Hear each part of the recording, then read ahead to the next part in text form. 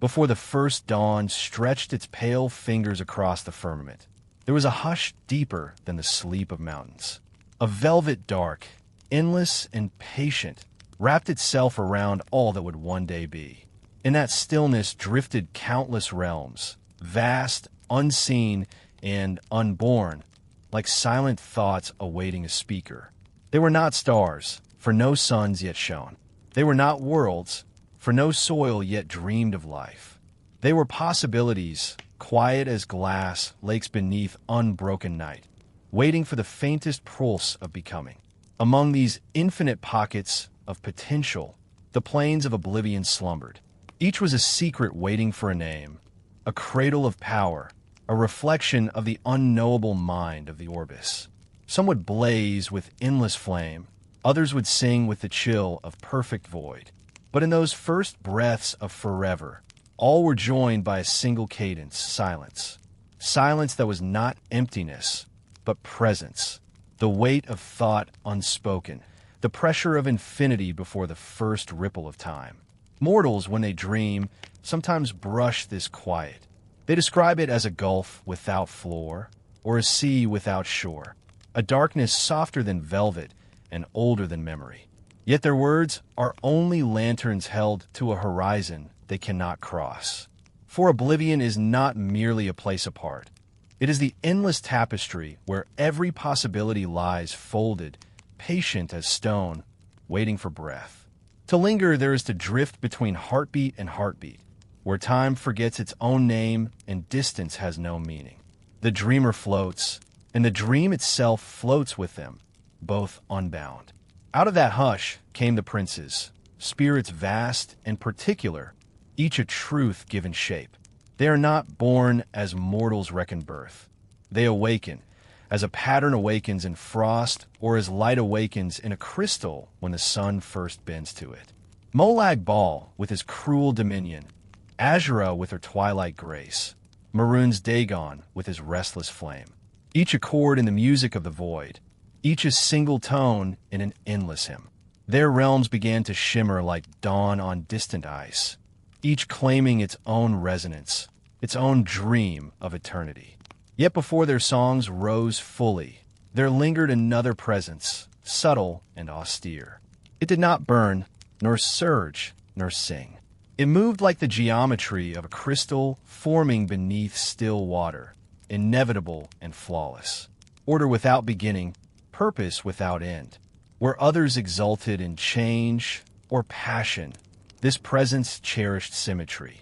It was the thought of balance given quiet breath, the perfect line drawn across formless mist. Its calm was not weakness. It was the calm of inevitability, the quiet strength of structure itself. Some would later call this being Jyggalag. But names are a mortal comfort, and in that ancient hush the name had not yet been spoken. It simply was the idea of order, uncolored by desire, unshadowed by fear. No chaos could tempt it, no melody could sway it. It was the pause between all notes, the structure that allows a song to be heard, the breath between waves where the ocean seems eternal. Imagine a crystal palace with no builder, a pattern of stars arranged before stars exist. Imagine stillness so profound that it becomes music by its very endurance. That is how order waited, untouched and inevitable, while the other princes shaped their realms of flame and frost and dream. And though no mortal ear could hear, the fabric of Oblivion began to tremble gently beneath the quiet certainty of its presence. The hush remained, but it was a living hush, a silence that promised form, a stillness that contained every line of every future yet to be drawn. The silence of the early void was not a lifeless hush, but a living breath, drawn in and held by the cosmos itself. If one could have listened, not with ears, but with the stillness of an untethered mind, one might have felt the slow, steady rhythm of that breath, an exhale measured in eternities. This was the interval before the first motion, a space where nothing and everything dwelt together in effortless accord. From this boundless calm, the formless thoughts of Oblivion began to ripple like faint light beneath deep water. Each ripple hinted at a realm, a dream, a future truth seeking its own reflection. And among those faint beginnings, the concept of order gathered itself like frost crystallizing on unseen glass. It was not a sudden spark. It was a patient alignment, lines forming where no lines had been, a geometry arising of its own necessity. The infinite dark discovered the elegance of pattern, and the pattern discovered that it was alive. Other powers stirred as well. Currents of fire, tides of hunger, seeds of twilight beauty. They would become princes of passion and storm, lords of fear and wonder. Yet none moved with the certainty of the quiet presence that would one day bear the name Jyggalag. Where they churned, it remained unmoved. Where they burned, it remained cool as moonlit crystal. It did not seek dominion. It simply expressed the inevitability of structure. To exist was to organize, and to organize was to reveal truth. Mortals, long ages later, would imagine Daedric Princes as rival monarchs, each vying for worship, for the sway of mortal hearts. But this presence did not hunger for reverence. It was beyond want. Even the notion of victory or loss was foreign to it, for victory implies chaos to be mastered, and chaos had no claim here. Order simply was immaculate and entire, a circle without beginning or end. Picture an endless library whose shelves arrange themselves, where every book finds its rightful place without the hand of a keeper. Picture the silence inside a perfect equation, balanced beyond the need for proof. Such images are only pale reflections, yet they hint at the serenity of the prince unborn. When mortals speak of destiny, they mean something like this: an unbreakable path that unfolds without haste or hesitation, because it cannot be otherwise. Around it, the other nascent powers sensed a presence both alien and inevitable. Some were curious, tracing its stillness like children circling a calm sea. Others felt a subtle unease, for the unbending line resists the dance of chaos, and chaos is the breath of many Daedra. Even in those first moments, before words or wars, they knew that pure order might one day bind what sought only to roam. Yet the quiet mind of order paid no heed to unease or wonder. It continued its slow articulation, a thought unfolding across the canvas of the void. In its silent progression lay the seeds of every law of nature, every symmetry of star and stone. Gravity itself would one day echo this first intention, the gentle insistence that all things find their place. Thus the breath before creation lengthened, a pause stretched across infinity. The other princes stirred, their essences bright and restless. But the one who would be Jyggalag remained poised, as inevitable as dawn to come, as unmoved as the center of a perfect circle. In that endless moment, the universe waited. And in that waiting, the concept of order became a truth that could never be unmade. The hush of the early void lingered like a vast-held breath, but even the deepest stillness carries the seed of sound. Within that breath, a faint vibration began, soft as starlight on black water, delicate as frost forming beneath a silent moon. It was not yet music, not yet language. It was the first suggestion that the quiet might speak. In that gentle quiver, the presence of perfect symmetry extended itself. A line unfolded where no distance had ever been measured. A point emerged where no center had been known. This was not motion as mortals understand it. It was the idea of motion, the recognition of relation. The endless dark discovered proportion, and proportion became its own quiet hymn. To mortal ears, a whisper is a fragile thing, easily lost to a passing breeze. Yet the first whisper of order was stronger than 1,000 tempests, for it needed no air to carry it. It sounded only in the fabric of existence itself, a resonance that taught nothing and everything in the same instant. It did not demand attention. It simply was, and therefore all things, those that would be and those that might never be, leaned subtly toward its rhythm. From the farthest edges of the forming plains, other nascent powers felt the tremor. Their reactions differed as widely as their natures. Some were intrigued, drawn toward the clean clarity of the tone. Others recoiled, sensing in that whisper a limit to the boundless chaos they cherished. But none could ignore it. The quiet note of inevitability threaded through the void like a silver filament, marking a path even for those who would never follow. Imagine a single crystal chime struck in a cavern without end. The note does not fade. It lengthens, folding upon itself until it becomes the cavern's own heartbeat. So did the first whisper of order travel, not outward alone, but inward, revealing depth where no depth had been. It was the dawning of measurement, the soft illumination of pattern. In this slow, awakening the essence that would be named Jyggalag grew aware of its own nature. It did not awaken as a sleeper does, for it had never been asleep. Awareness simply gathered, a serene realization. I am the line that guides all lines. There was no pride in the thought, no ambition, only certainty. The whisper did not call for followers or for praise. It called only for balance, for the quiet recognition that structure is the bed on which all dreams may safely rest. Around the forming plains, winds of possibility curled and collided. Flames sought to dance.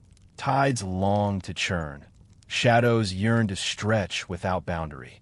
Yet within every motion a subtle correction began, like the soft pull of a hidden tide. It was not a command, nor a cage.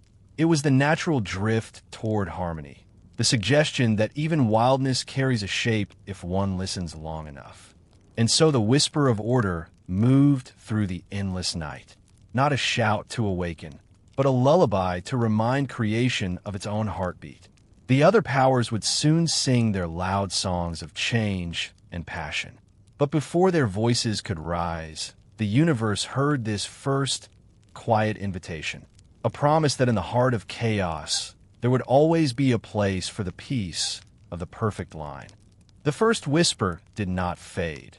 It lingered, spiraling through the boundless dark like a patient star whose light has no edge. It traced a path without moving, a motion without travel, and in its silent circuit the idea of order became a living geometry. What had been only stillness now possessed contour, like a dream beginning to remember itself. Shapes unmeasured began to suggest themselves, angles of thought, arcs of inevitability. They were not yet matter, not yet time, but the promise of both. Each curve of that unseen design held within it the potential for worlds, for the balanced weight of oceans, for the elegant turn of constellations not yet kindled. The whisper was becoming a map, and the map was becoming a law. Other nascent powers hovered near the forming pattern. Their own essences swirled with hunger and possibility.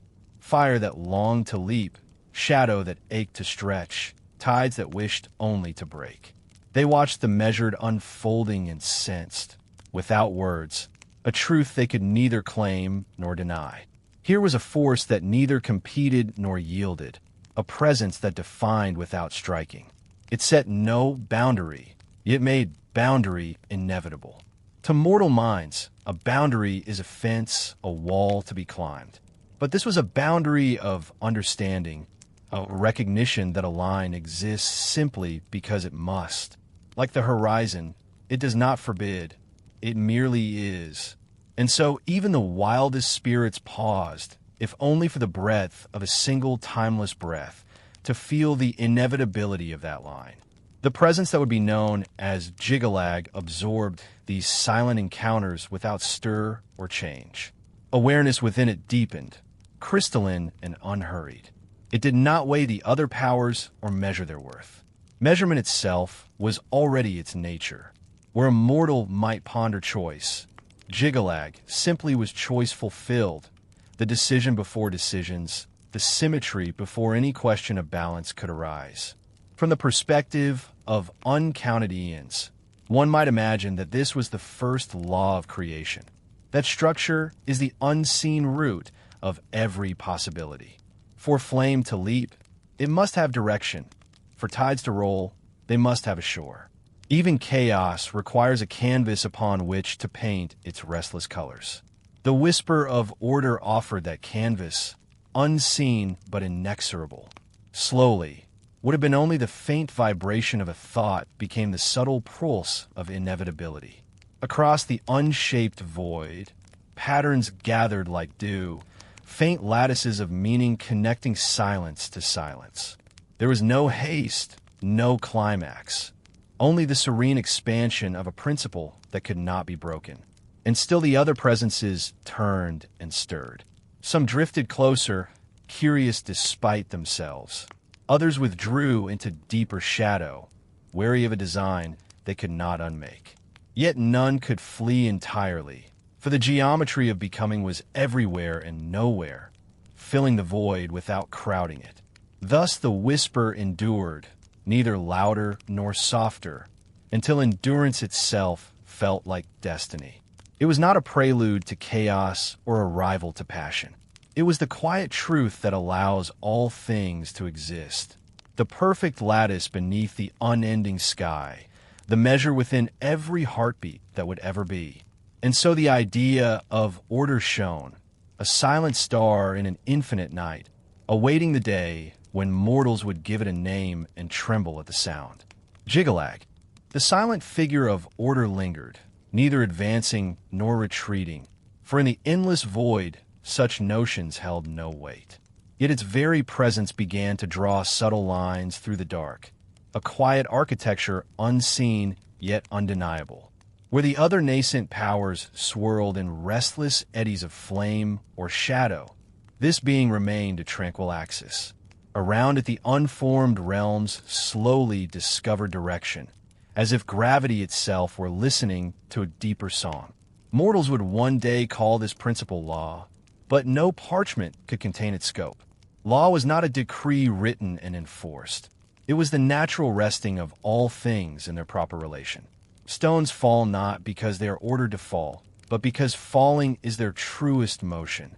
Stars will not because they obey, but because the circle is their own desire. Such was the quiet teaching of the prince without chains. The other Daedra observed.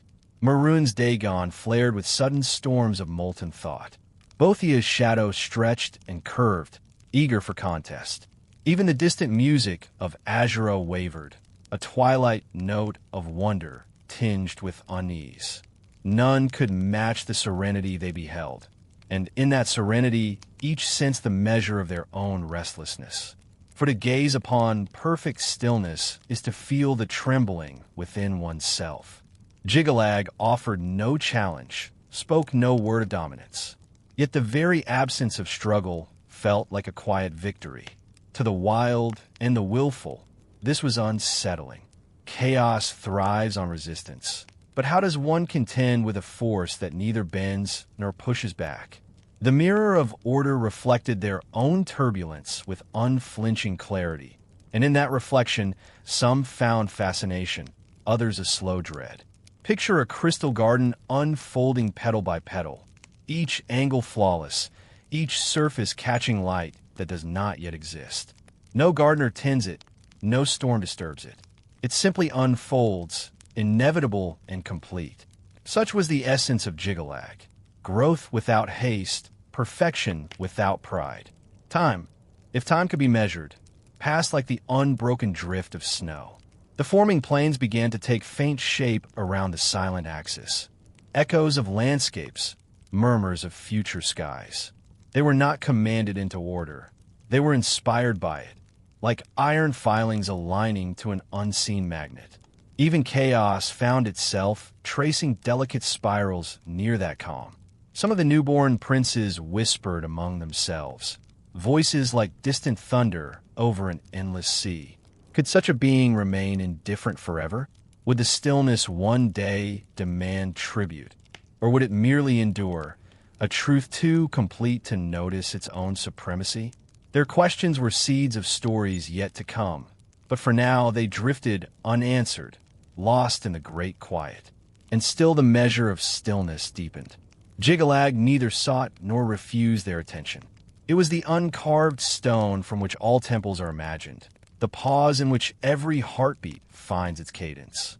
In that eternal equilibrium, the prince without chains awaited nothing and needed nothing. It simply existed, perfect, patient, and whole, while the fabric of Oblivion slowly learned the meaning of balance. The whisper of order lengthened until it became a presence, no longer a single note, but a field of resonance. In that field, awareness gathered, deliberate and pure. The thought that would be known as Jyggalag did not awaken suddenly. It unfolded like a crystal blooming in slow, silent light. There was no boundary between the thought and the being. To know itself was to be itself, a truth without seams or doubt. In the endless night, countless possibilities swirled like ink in deep water. Yet wherever the presence moved, though movement is not the right word, possibility took shape. Lines met lines. Patterns settled into elegance. Like frost forming fractals across a window no mortal I would ever see. And through these patterns flowed a certainty beyond ambition. That order needs no conquest to be complete. Other princes, still half-formed, cast their growing essence into the void. They pulsed with curiosity, with a restless hunger of new existence. Some radiated fire, eager to disrupt. Some carried the perfume of dusk, longing to enchant. Each was a melody rising from silence, a force-seeking echo. They watched the quiet figure who gave no sign of recognition and wondered what sort of will could resist the allure of conflict. For there was will, but not the kind mortals know. It was a will without appetite, a resolve without desire. Jyggalag did not seek worship, nor the submission of rivals. To claim victory is to stand above something else, and nothing stood apart from the principle of order. In the mind of the nascent prince, there was only balance, perfect, immutable, serene. Imagine a flawless sphere suspended in darkness, needing no light to prove its form. Imagine a river so still that every star might see itself upon its surface even before stars exist. Such was the essence of the prince, the embodiment of inevitability, a geometry that simply is. In time, the other Daedric powers began to sense that this calm was not weakness, but strength of another kind. Chaos thrives on reaction. It feeds on the friction of change. Yet here was a being that neither yielded nor provoked. Their curiosity shaded toward unease, for the presence of perfect symmetry reveals the crookedness of all things around it. They fear not a weapon, but a mirror. Jyggalag remained untroubled. There were no ambitions to conceal, no plots to guard.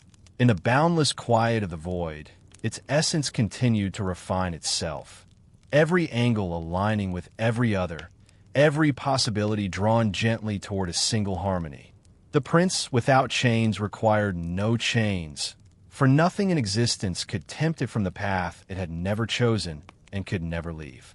Thus the being of order stood, or perhaps did not stand, for there was no ground, no sky, and the very concept of standing or resting lost its meaning. It was the center without circumference, the law that needs no throne, the silence that allows all songs to begin. And as the other princes stirred in wonder and in quiet dread, the void itself seemed to acknowledge the inevitability of a power that had never once needed to assert its name. The stillness of order grew, not louder, not brighter, but deeper, like a stone sinking into an ocean without end. And as the depth increased, so too did the unease of the other princes. Their realms were young, their voices untested, yet each carried a hunger to define itself, to shine above the endless void. In the silence of Jyggalag, they found no applause, no resistance, no recognition. They found only a mirror of their own turmoil, and in that reflection many trembled. Maroon's Dagon flared most violently. His essence crackled with fire and ruin, eager to tear and remake.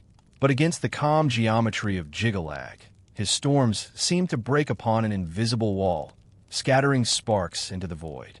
Bothia's shadow coiled and writhed, ever hungry for contest, but found no contest offered.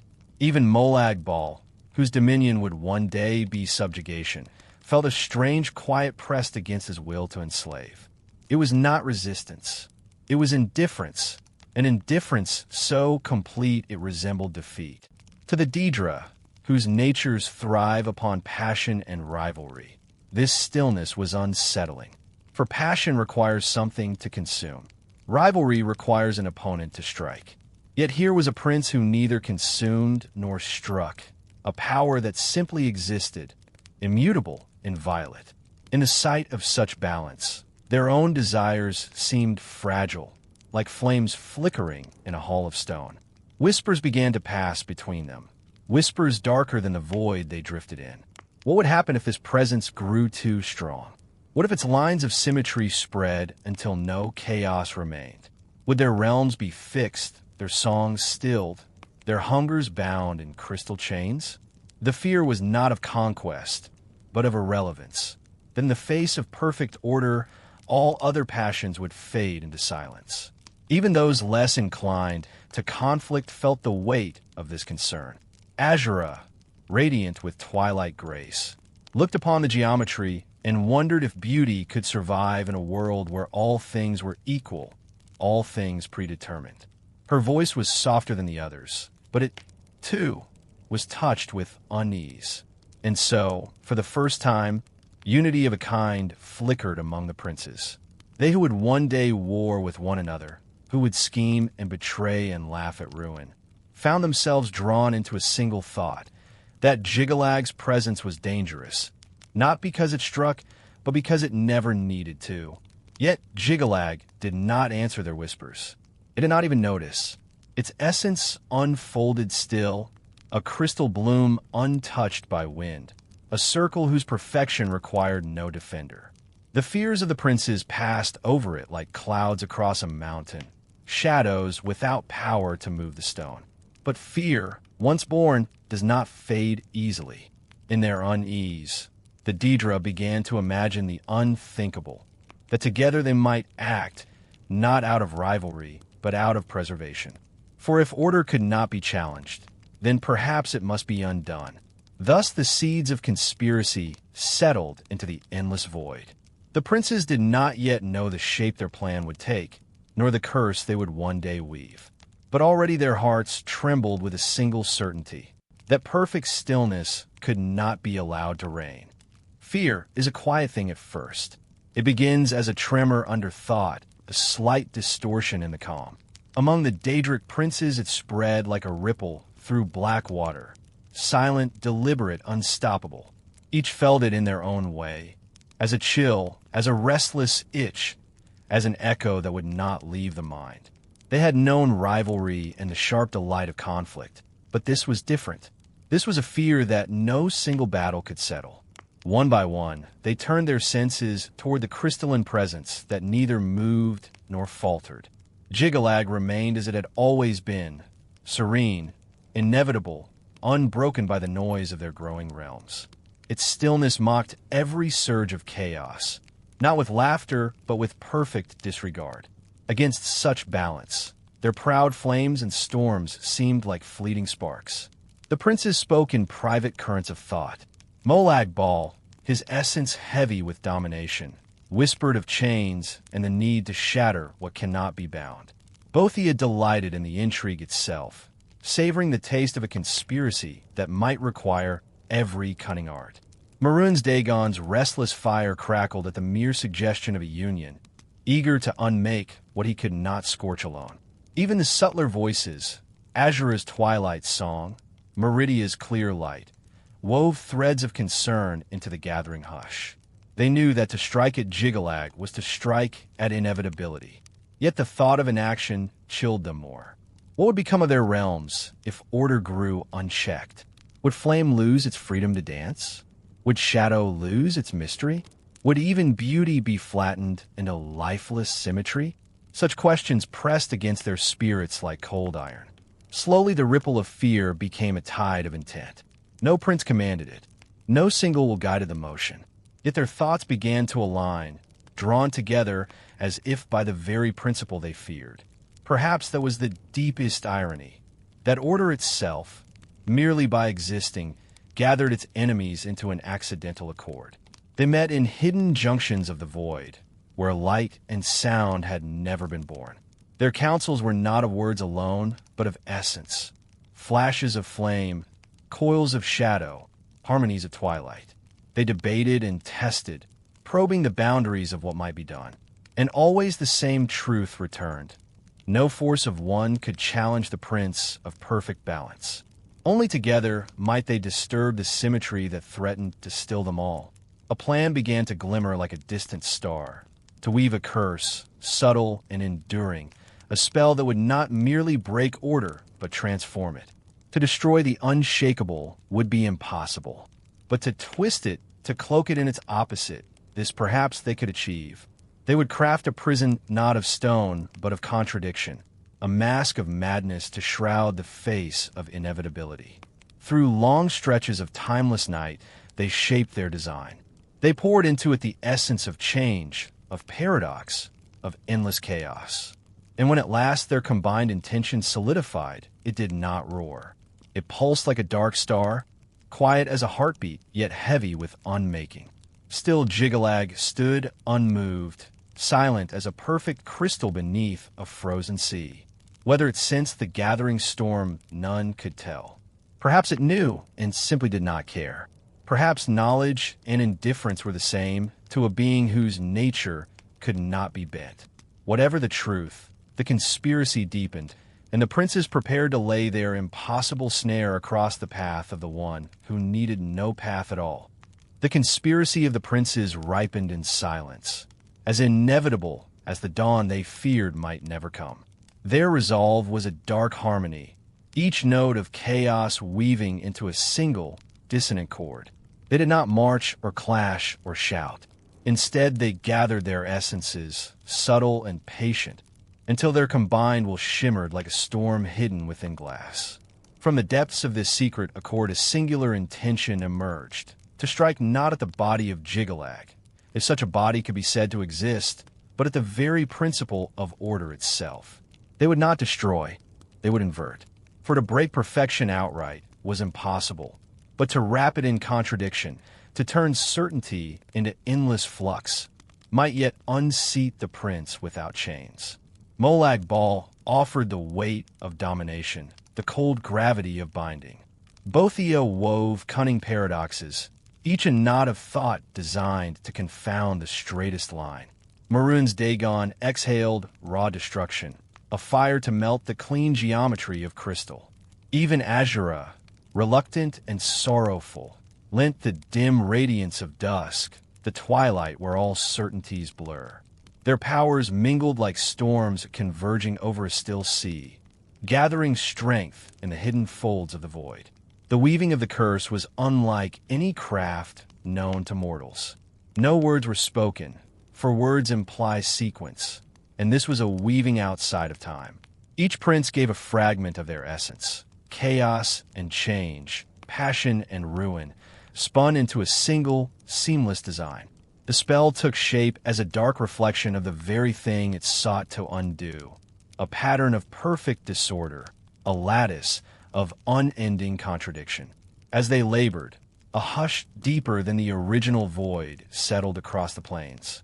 Even the newborn stars of their forming realms dimmed, as if wary of the intention taking root.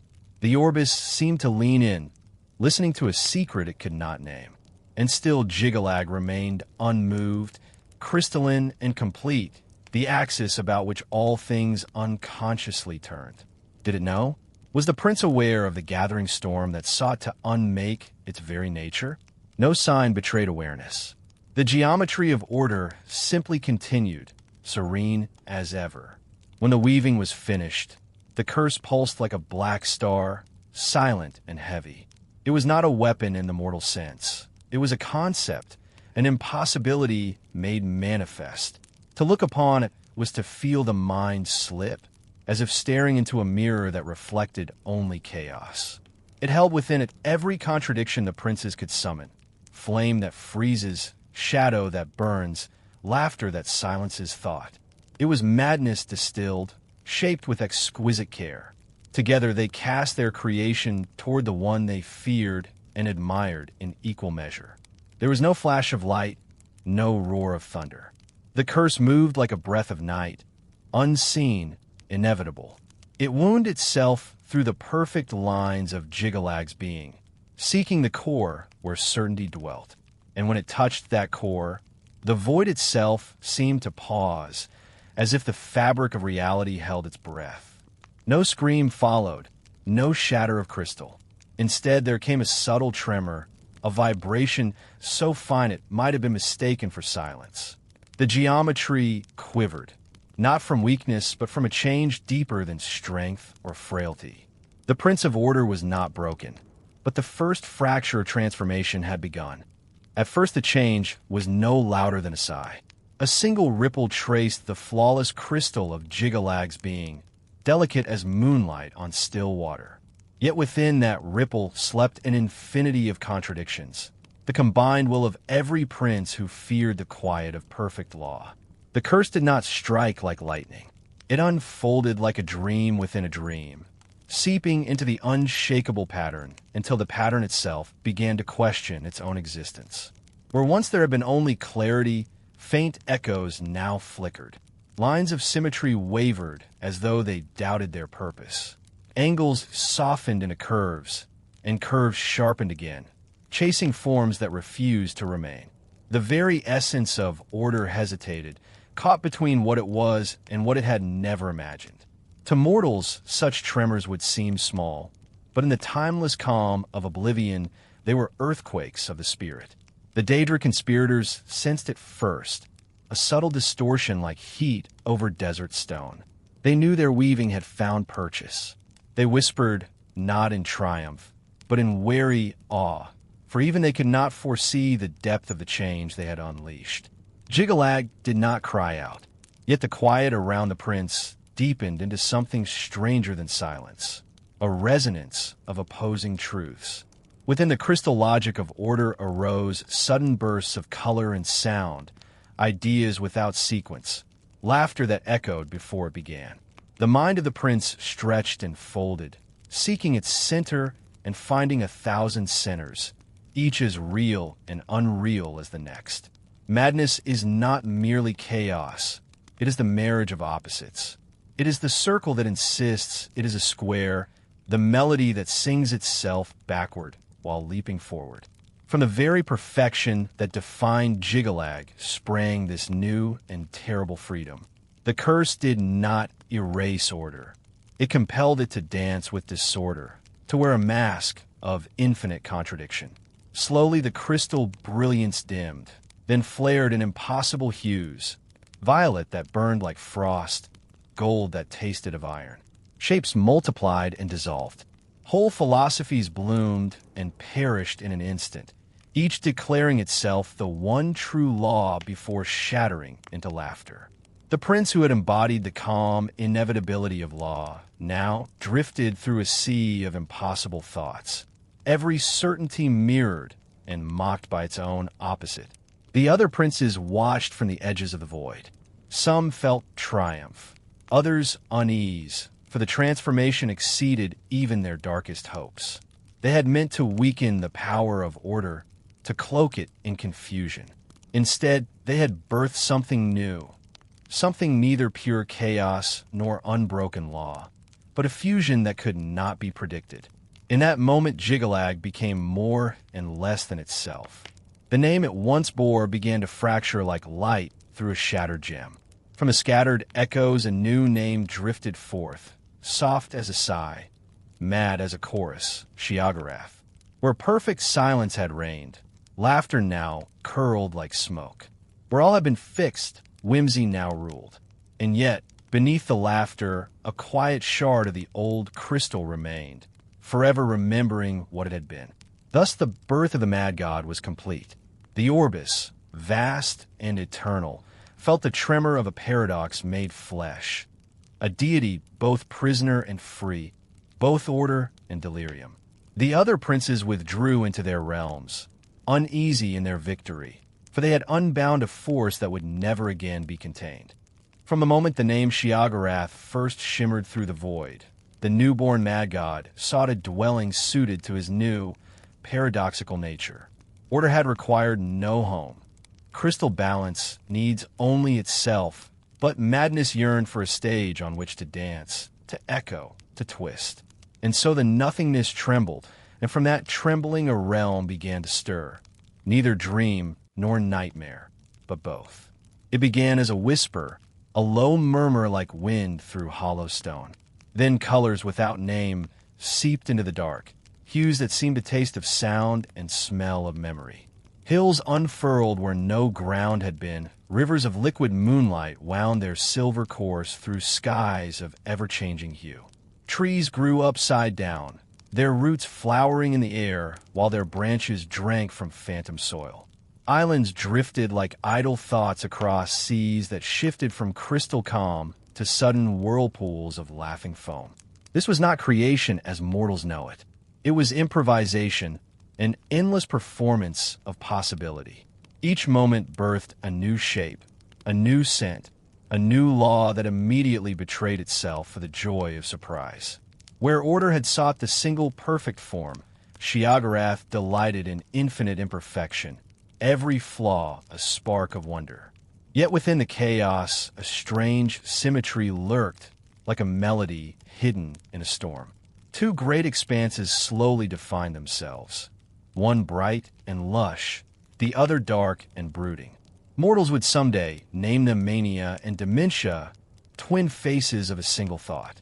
Mania blazed with wild beauty, orchards of impossible fruit, skies painted with auroras that sang in delicate chords.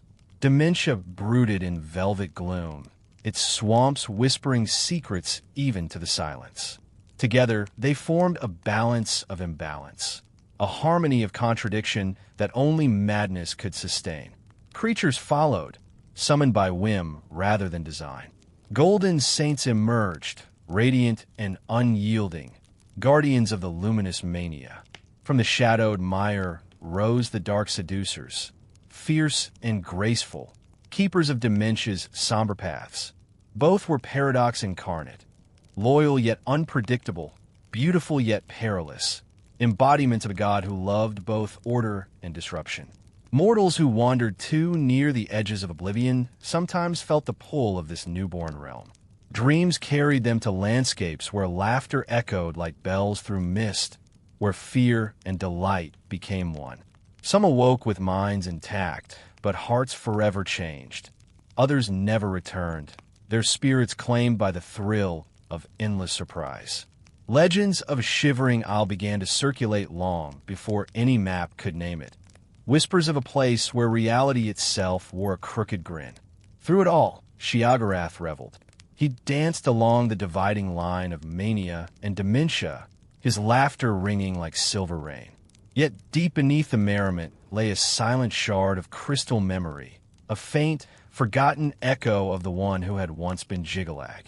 The mad god did not dwell upon it, but neither could he escape it. For even in chaos, some part of order endures, a quiet heartbeat beneath the din. Thus the Shivering Isles awoke, not as a kingdom of stone, but as a living contradiction, forever reshaping itself in the image of its lord. In the birth of this realm, the curse of the princes reached its full flowering, and the cosmos gained a place where reason could wander until it sang. In time, the newborn realm began to draw travelers, like moths circling a lantern that flickered between dream and waking. Some came by accident, carried on strange currents of oblivion. Others came because a secret desire within them heard the faint laughter that drifts across all worlds. Few returned unchanged. The Isles welcomed them with a hospitality that was equal parts wonder and unease. Roads appeared and vanished between blinks. Bridges led to gardens one moment and to sheer cliffs the next. Trees whispered jokes in forgotten tongues, and lakes mirrored skies that belonged to no hour. To walk there was to wander through the mind of Jyggalag himself, a mind both generous and mercurial. At the center of this shifting kingdom rose the palace of Jyggalag, a structure that defied reason yet somehow inspired awe. Its towers spiraled in opposing directions, meeting again at impossible angles. Marble and shadow danced across its walls as if unsure which should dominate. From a distance, it seemed to rearrange itself, as though deciding in each heartbeat what a palace ought to be. Within its echoing halls lay the throne of madness, carved from crystal that glimmered with colors unseen by mortal eyes. There the mad god held court. Audiences were not summoned by decree. They simply happened, like storms or laughter. One moment, the hall might be filled with music that tasted of honey. The next, silent as a forgotten grave. Petitioners, mortals, spirits, even wandering Daedra, stepped forward with pleas and riddles. Some begged for wisdom, some for mercy, others for the thrill of chaos. Jyggalag listened with a grin that could mean everything or nothing. His answers were never predictable. A farmer might leave with a single perfect seed that grew into a tree of golden bells. A warlord might depart believing he had been granted victory, only to find his armies dancing in fields of wild laughter. Around him moved the twin courts of mania and dementia, each a mirror and a mockery of the other. The golden saints of mania stood radiant and unyielding, their discipline strangely at home in a world of endless surprise. The dark seducers of dementia kept their silent vigil, eyes gleaming with a loyalty that questioned itself at every turn. Together they embodied the paradox of their lord: order in chaos, chaos in order. Visitors who lingered soon discovered that time itself bent to the mad god's will. Days stretched into moments, moments unfolded into lifetimes. Memories drifted like leaves upon an unseen current, so that one could not tell whether a conversation had lasted a breath or a century. Some mortals, dazzled and undone, surrendered to the Isles entirely, becoming wandering echoes who spoke in riddles and laughter. Others fled, hearts trembling with both terror and longing, carrying fragments of dreams they could never explain. And through it all, Jyggalag delighted. He presided over revels and debates, over music that dissolved into thunder and silence that bloomed into song. His laughter rolled across mania and seeped through the swamps of dementia, binding the realm in a harmony only he could hear. Yet beneath that laughter lingered a quiet glint of crystal memory, a shard of the prince who once embodied pure order. Few noticed and fewer understood, but it remained, an unbroken note hidden within the endless symphony of madness. Thus the court of the mad god became a legend whispered across the plains, a place where desire and dread entwine, where every question is answered with a riddle, and where the boundaries of self and dream dissolve like mist beneath a rising sun. Amid the riot of colors and the eternal festival of surprises, a hush sometimes stole across the shivering isles. It came without warning, like a pause in a melody, a sudden stillness beneath the laughter. In that silence, a faint glimmer would surface, cold, perfect, crystalline. Few mortals noticed, fewer understood. But the isles themselves seemed to hold their breath, as if remembering a dream too distant to name. Deep within the mad god's boundless mirth lay a fragment of what had been, a single unbroken shard of the prince who once ruled as order itself. Jyggalag's essence had not been destroyed. It slumbered, patient and inviolate, like a star behind thick clouds. Even madness could not wholly erase what was absolute. It could only bury it beneath endless riddles and jest. At times, when the revels faded and the courts of mania and dementia sank into uneasy sleep, Jyggalag would wander the silent edges of his realm. He walked alone through fog-draped groves, across silver marshes where moonlight pooled in glassy reflections. His staff tapped a rhythm that matched no song, yet the sound carried a subtle order, a pattern almost forgotten. Listeners who chanced upon these nocturnal wanderings spoke of a figure half-cloaked in melancholy, eyes distant, laughter subdued. Perhaps he recalled the weightless calm of perfect geometry. Perhaps he wondered what it was to exist without contradiction, to be a single thought instead of 1,000.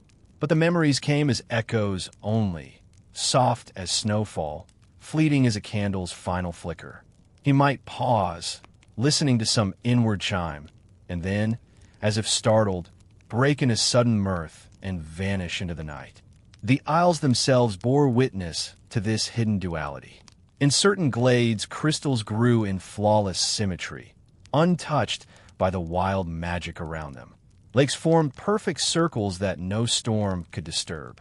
Even the capricious winds sometimes settled into rhythms of uncanny precision before dissolving again into chaos. These moments were not accidents. They were memories, fragments of the old prince breathing through the new. Scholars from Nirn who braved the Isles and survived told tales of these anomalies.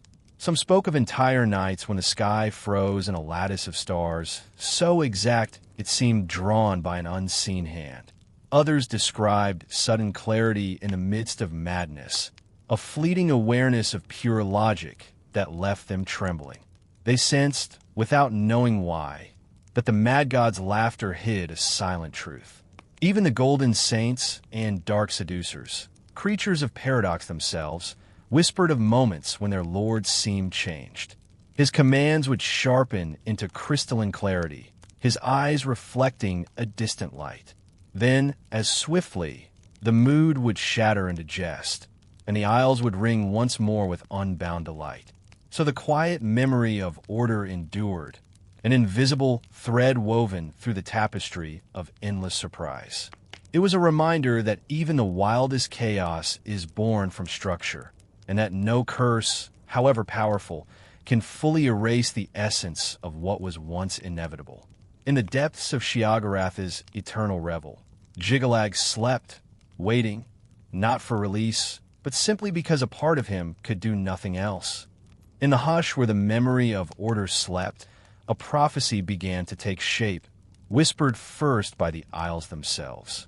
It was not sung by bards or etched in scrolls. It drifted in the slow pulse of crystal growth, in the echo of footsteps along moonlit marshes, in the sudden hush that followed Jyggalag's wildest laughter.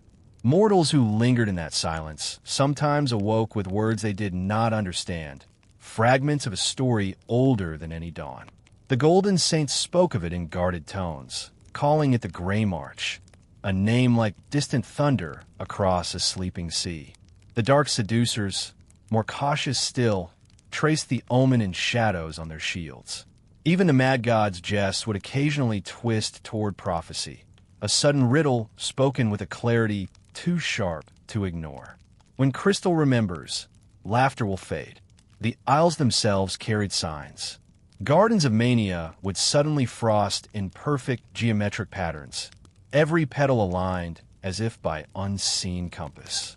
The fetid swamps of dementia would fall silent, their restless mists forming lattices of silver light.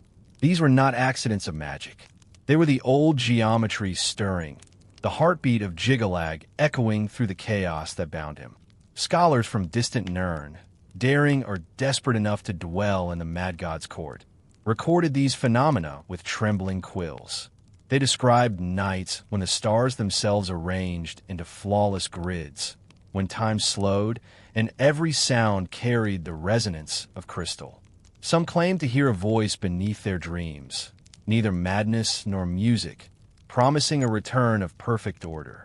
Even Jyggalag could not wholly hide from this omen. There were moments when his eyes grew distant, when the grin faltered and a shadow of ancient certainty crossed his face. He would twirl his staff, speak a jest, and the laughter would resume, but the quiet afterward tasted of inevitability. It was as if a deeper self listened to the prophecy with silent recognition. The saints and seducers prepared in their own ways.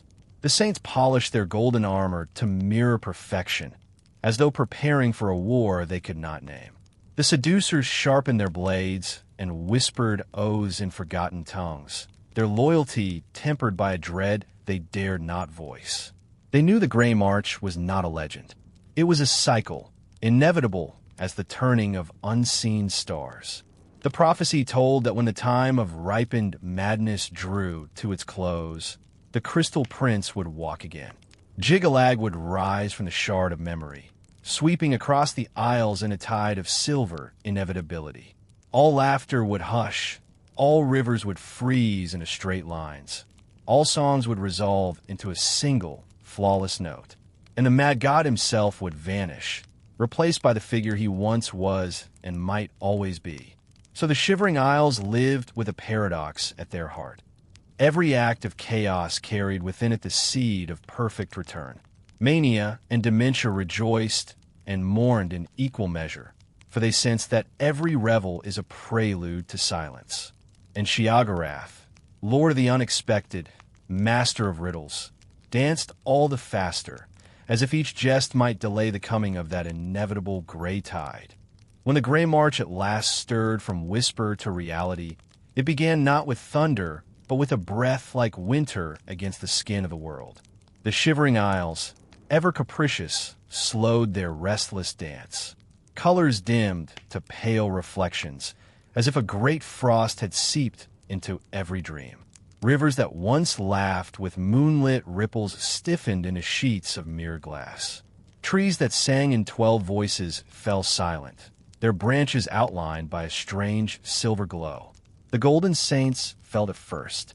Their armor brightened with unnatural sheen, each edge sharpening until it seemed carved from the cold will of inevitability. They spoke little, for words felt suddenly heavy, as though each syllable belonged to a language older than sound. The dark seducers sensed it too, a pulse beneath the soil, an iron rhythm that matched no mortal heart. Their keen eyes watched the horizon where a line of distant light gathered like the first dawn. Across Mania's vibrant hills the ground cracked, revealing veins of radiant crystal. In Dementia's swamps the black waters receded, leaving behind perfect hexagons of silver frost. Creatures of whim and riddle, gnarled tree spirits, fluttering grummites, paused mid-motion, caught in awe or dread. Even the sky seemed to tighten, its endless colors folding inward until only a vast gray dome remained. Then came the sound, a faint chime at first, like glass struck by moonlight. It multiplied, layering into a music of pure geometry, tones so exact they felt less like sound than the memory of order. The isles trembled in resonance, their chaos answering a call older than the curse itself. From the north, a radiance advanced, slow and unstoppable. It was not fire or storm, but a tide of living crystal, each shard reflecting a flawless symmetry. Hills were remade into faceted spires, lakes hardened into perfect mirrors. Paths of light crossed the land in angles of unerring precision, erasing every crooked road and whimsical bridge. Where the tide passed, chaos ceased. Where it touched, contradiction resolved into clarity. The saints and seducers rallied, their ancient rivalry forgotten in the face of this silent dominion. Spears met crystal, blades rang like bells, yet nothing slowed the advance. For the Grey March was not an army to be fought. It was the return of a truth too fundamental to wound. Mortals who dwelled within the Isles watched with hearts caught between awe and terror. Some fell to their knees, entranced by the austere beauty. Others fled, though there was nowhere to flee. They spoke of the air itself thickening into order, of thoughts aligning against their will. Dreams that once scattered like fireflies now marched in perfect procession, each idea stepping into place as if commanded by the stars. Through it all, Jyggalag laughed, at first softly, then with manic delight. He strolled along the hardening paths, twirling his staff, hurling riddles into the frozen air. Yet behind the laughter flickered something older, a glint of silver inevitability in his eyes. For the Grey March was not merely invasion. It was a homecoming. And deep within the mad god, the quiet shard of Jyggalag began to awaken. From the silver tide, there emerged a figure of perfect clarity. He did not stride like a conqueror, nor glide like a wraith. He simply was a being of immaculate angles and unbending light, the embodiment of a truth too ancient for flourish. This was Jyggalag, the Prince of Order, released from the riddle of his own curse. His form gleamed like living crystal, faceted yet seamless. Each movement echoed a geometry that no mortal tongue could name, every gesture a theorem of inevitability. Around him the gray march surged and receded like the inhale and exhale of a single boundless mind. No shout of war heralded his arrival, only the sound of silence deep enough to swallow stars. Jyggalag watched from a rise of silvered stone. His laughter faltered as the distance between them shrank. The staff that had twirled in endless jest now rested motionless, its crooked top strangely straight in the crystalline glow. The mad god's motley robes stiffened, their colors leached to pale echoes of themselves. For an eternal moment, the two halves of one being beheld each other. It was not a meeting of strangers. It was a reunion of a thought long divided, of a soul fractured by curse and chaos. Jyggalag tilted his head, a sly grin flickering like the final spark of a spent candle. Jyggalag's gaze held no anger, no triumph, only inevitability, the serene certainty of an equation solved. Around them the isles bowed in silence. The golden saints knelt without command, their luminous armor reflecting endless lattices of light. The dark seducers lowered their weapons, shadows pooling in reverent symmetry. Even the capricious winds fell into measured cadence, whispering across facets of frozen lakes. Jyggalag spoke first, his voice a soft echo of 1,000 jests. "Well, here we are again," he murmured, words carrying both mockery and surrender. "Order meets chaos, and the joke writes itself." Jyggalag did not answer in language.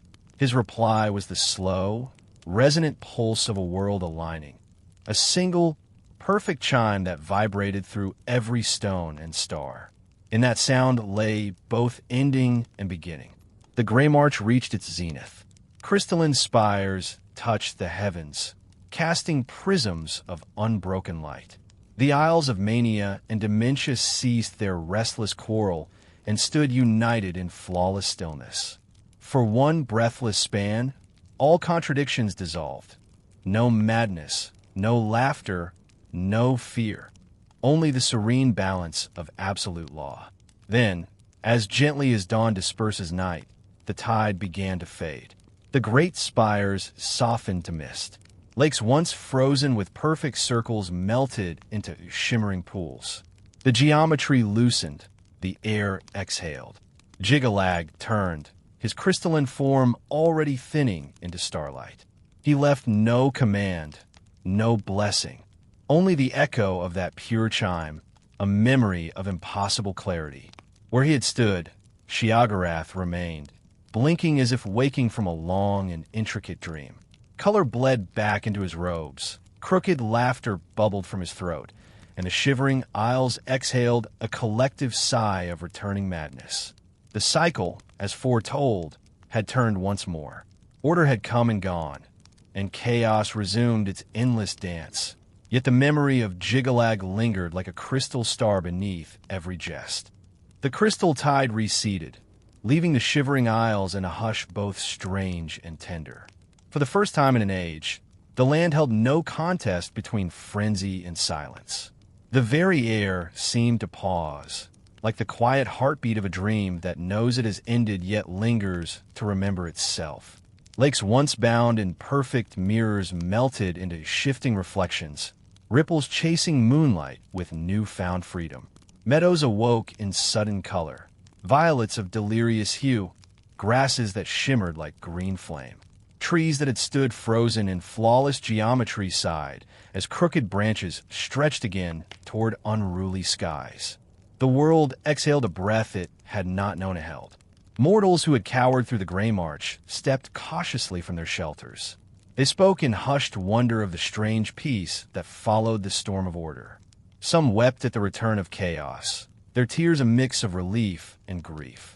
For in that crystalline calm, they had glimpsed something haunting, a serenity beyond madness, a perfection they could never name, yet could not forget. Golden saints polished their armor. The hard gleam softened to a warm glow. Their eyes, once narrowed with dutiful vigilance, now carried a distant reverence. as if they too had been touched by a truth larger than victory or defeat. Dark seducers sheathed their blades with silent grace.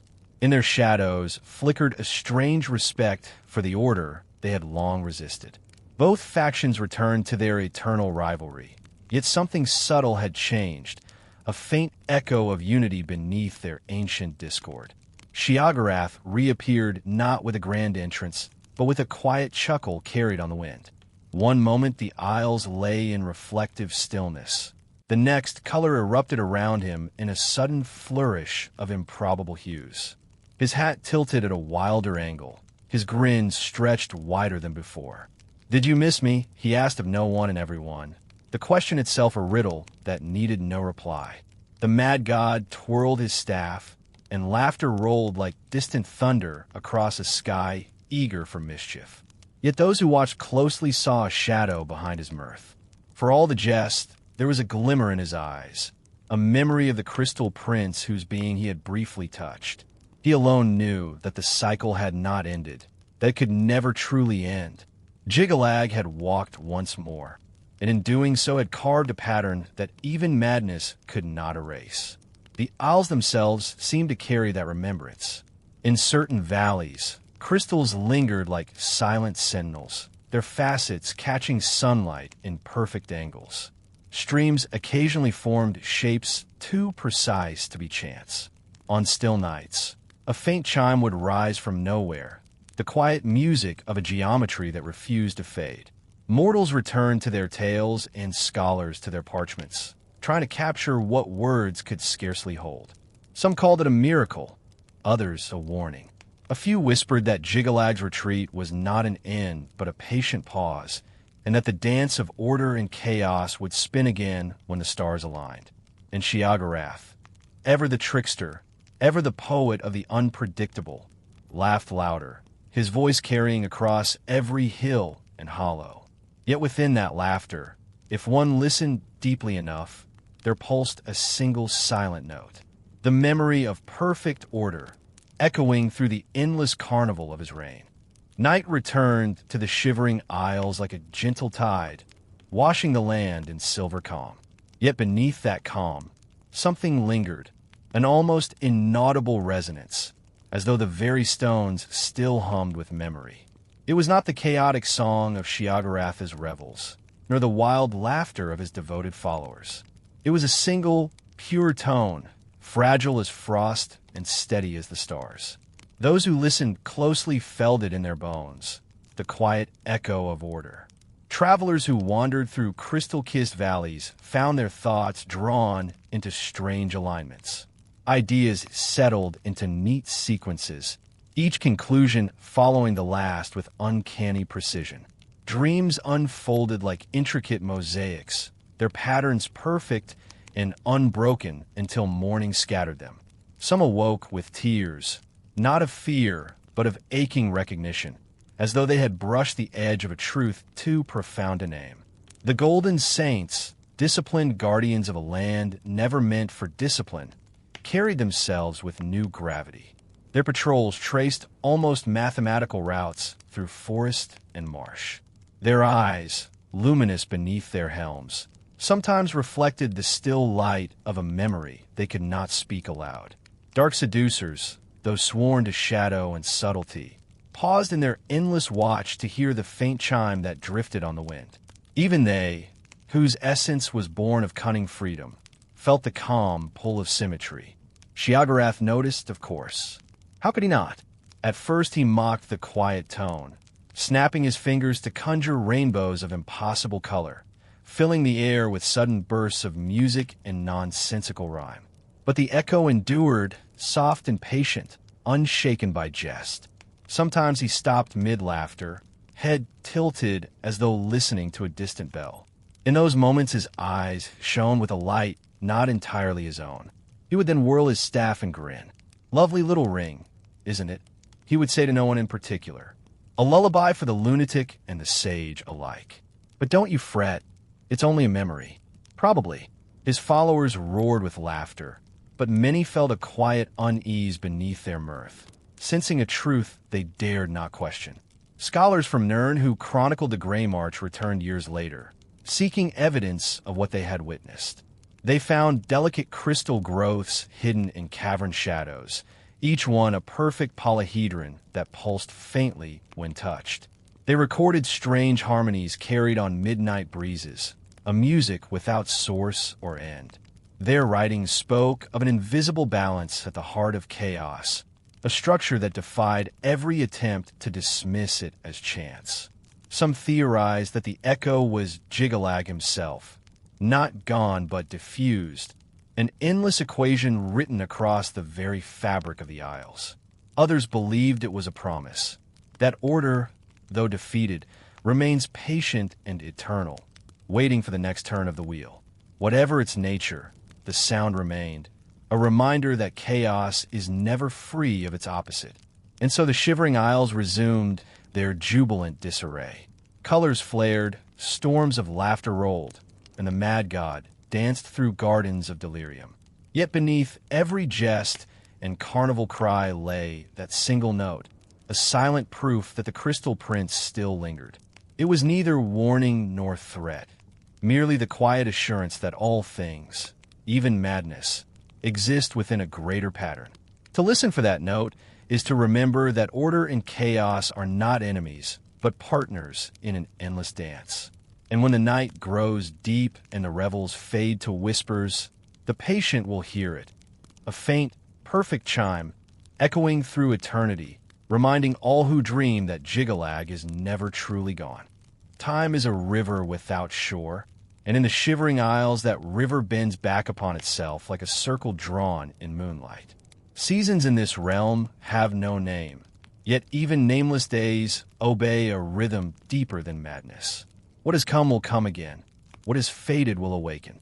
The Grey March was not an ending, but a turning, a breath in the endless pulse of the void. In quiet moments, when revels sleep and storms of laughter drift to gentle murmurs, the Isles remember. A single chime floats through the mist, the echo of a prince who will rise once more. Crystals hidden in dark caverns grow with deliberate grace, forming angles too precise to be born of whim. They're the silent markers of a promise that cannot be broken. Order will return. Scholars have tried to chart this cycle. They mark the years by falling stars, by the waxing of impossible moons, by dreams that recur with unnerving precision. Yet no calendar holds the secret. For the Grey March is not bound to clocks or constellations. It is a truth of existence, a breath of the orbis itself. The Golden Saints whisper that their oaths are older than memory, that they stand ready for the next coming whether it dawns in 1 age or 10. The dark seducers sharpen their shadows, knowing they will again witness the meeting of chaos and clarity. Mortals sense it in their sleep, a distant rhythm that tugs at the heart, both comforting and unyielding. And Jyggalag, ever the jester, ever the poet of contradiction, dances through the days with gleeful abandon. He knows the pattern better than any scholar or soldier. He has lived it, lost himself to it, and been reborn in its wake. His laughter shakes the skies, yet within it hides the quiet knowledge that every jest is temporary, every song a prelude to the crystal silence. Sometimes he speaks of it in riddles. What is a circle but a line that forgot to end? He asks, eyes glinting like distant stars. What is madness but order in a mask? His followers laugh, but some hear the solemnity beneath the mirth and shiver with the recognition of endless return. In certain nights, the mad god slips away from feasts and color, wandering alone across the silver marshes. He stands beneath a sky veiled in clouds that form perfect spirals, listening to the quiet hum beneath the world. There he remembers the other self, the prince of order, and feels the slow heartbeat of inevitability. Yet he smiles, for even inevitability is a kind of jest, an endless game between chaos and the clarity that waits beyond. The Isles themselves honor the cycle in secret ways. Rivers carve the same curves century after century, then break them with sudden floods. Crystals bloom and shatter in a rhythm older than their glittering light. In these changes lies the truth. Nothing is final, not even finality. So the story turns again. Mortals will live and dream and forget. The mad god will laugh and rage and whisper. The crystal prince will stir in silent patience. And when the stars lean close and the world grows still, the gray march will rise, not as doom, but as the next heartbeat of a cosmos that cannot end. This is the eternal cycle: chaos and order, jest and geometry, night and the silver dawn. To know it is to stand at the quiet center of all things, where laughter and silence meet and are the same. Beyond the shivering isles, Tamriel sleeps beneath its wheeling stars. Cities glow like scattered embers. Mountains guard their ancient snows, and oceans breathe in endless tides. Yet even across such distance, faint echoes of the isle's eternal cycle drift through the dreams of mortals. The Grey March may be forgotten by most, but the pattern of order and chaos whispers to all who listen with quiet hearts. In remote monasteries, monks awaken from shared visions of crystalline light. They speak in hushed tones of a figure cloaked in silver geometry, a presence both serene and unyielding. Farmers in distant valleys pause beneath a flawless full moon, feeling for an instant that every blade of grass leans in perfect symmetry. Sailors on moonlit seas swear they hear a single chime above the hush of waves, a sound like memory itself, delicate and unbroken. Scholars in the imperial city pore over ancient scrolls, tracing fragments of prophecy that speak of a prince who walks in two selves. Some dismiss these accounts as fable.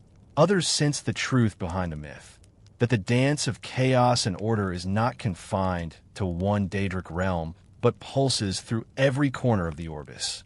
Across Tamriel, dreams sometimes carry the same message. A merchant in sentinel wakes from a vision of infinite corridors aligned to invisible stars. A Dunmare child in Mournhold dreams of a staff that twirls between laughter and silence. A Nord hermit in the Pale hears a bell that rings once and never fades. They wake with hearts trembling, unable to speak of what they know. That Jyggalag waits and Shiagarath laughs, and the wheel turns for gods and mortals alike. The Mages Guild records strange nights when the constellations align in unnerving grids, when a usually wayward comets streak in perfect intervals. Priests of Stender speak of an undercurrent of unshakable law that even their divines cannot explain. And in the wild places where wind sculpts ancient stones, travelers swear the land itself hums with a patient rhythm older than the moon's. Perhaps these are only tales carried by restless minds. Perhaps they're the breath of a cosmos that remembers the meeting of chaos and order. For what is Nirn itself but a stage where opposites entwine? Fire and frost, life and death, silence and song. The story of Jyggalag and Shiagarath is the story of the world, a reminder that nothing stands apart from its mirror. So the whispers spread, subtle as dawn. They pass through dreams and river mist, through the music of rain on forgotten ruins. They comfort and unsettle, calling each soul to wonder at the secret symmetry of existence. Some dismiss them as the echo of madness. Others bow their heads and feel a quiet awe. And when night deepens, when Tamriel sleeps beneath the silver gaze of Masser and Secunda, those who truly listen hear it. A single note, patient and eternal, weaving through the heartbeat of the world. It is neither warning nor command. It is remembrance. It is the sound of a cycle without end, where laughter and silence, chaos and order are but two halves of the same infinite truth. Thus the tale of Jyggalag closes not with finality, but with promise. For even as you drift towards sleep, the wheel turns, the stars whisper, and the gentle chime of eternity continues, soft as breath, steady as time, eternal as the dream of Tamriel itself.